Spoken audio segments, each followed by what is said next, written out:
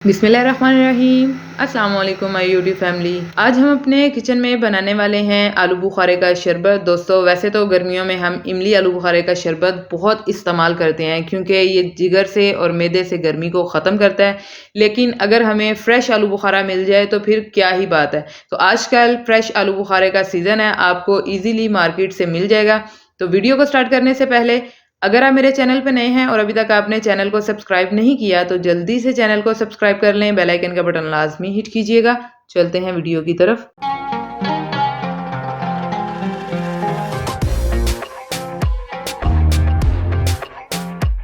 बिस्मिल्लाहिर्रहमानिर्रहीम। तो यहाँ पे आलू बुखारे का शरबत बनाने के लिए हमने फ्रेश आलू बुखारा लिया है क्योंकि आजकल आलू बुखारे का सीज़न है, तो इसलिए यहाँ पे हमने आधा किलो आलू बुखारा लिया है जिसे अच्छे से वॉश कर लिया हमने। अब हम यहाँ पे क्या करेंगे कि एक अदद पैन लेंगे और इसमें तमाम आलू बुखारे को शामिल कर देंगे। तकरीबन हाफ लीटर आपने इसमें पानी शामिल कर लेना है और साथ ही इसमें हम तकरीबन 1 कप के करीब चीनी शामिल कर देंगे और मीडियम फ्लेम पे हम इसे 5 मिनट के लिए कवर कर देंगे ताकि आलू बुखारा थोड़ा सा नरम हो जाए। 5 मिनट हो गए हैं हमें और ये आप देख सकते हैं कि आलू बुखारा हमारा तमाम जो है वो सॉफ्ट हो गया। अब इस तरह से आपने आराम से इनके छिलके जो हैं वो रिमूव कर देने हैं। ये इतना सॉफ्ट हो चुका है कि इसके छिलके ईजीली रिमूव हो रहे हैं। छिलका हमने तमाम रिमूव कर दिया। यहाँ पे फ्लेम हम अपना ऑफ कर देंगे और इसमें शामिल करेंगे तकरीबन 1 टीस्पून के करीब काला नमक और आलू बुखारे को एक बार हम इस तरह से अच्छे से मैश कर लेंगे। ये बहुत ही आसानी से मैश हो जाएगा क्योंकि ये मुकम्मल तौर पे सॉफ्ट हो चुका है।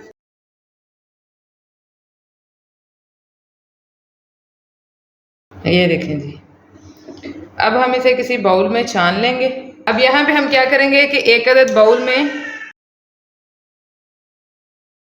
इस तरह से आपने तमाम शरबत को छान लेना है। यहाँ पे बड़ी छलनी का हमने इस्तेमाल इसलिए किया है ताकि इसमें से पल्प जो है वो इजीली रिमूव हो सके, निकल सके और गुठलियाँ जो हैं वो हमारी इसके अंदर ही रह जाएं।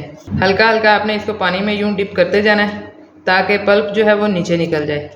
ये देखें जी, तमाम गुठलियाँ जो हैं इसी तरह साफ़ सुथरी निकलेंगी। इस पे आपको नज़र आ रहा होगा कि बिल्कुल भी पल्प नहीं लगा। ये देखें जी, तमाम पल्प जो है वो हमारा निकल गया है और छलनी में सिर्फ गुठलियाँ रह गई हैं। अब हम इसे थोड़ी देर के लिए इसी तरह छोड़ देंगे ताकि ये रूम टेम्परेचर पे आ जाए, थोड़ा सा ठंडा हो जाए, फिर हम इसे ब्लेंड कर लेंगे। जी, तो आलू बुखारे का शरबत जो है ठंडा हो गया हमारा। तो इस तरह से जग में शामिल करके इसे एक बार अच्छी तरह से ब्लेंड कर लेंगे।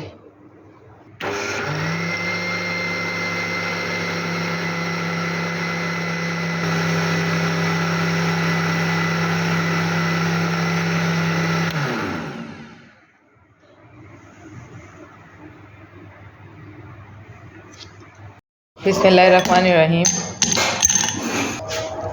तो आज की हमारी आलू बुखारे के शरबत की रेसिपी मुकम्मल हो चुकी है।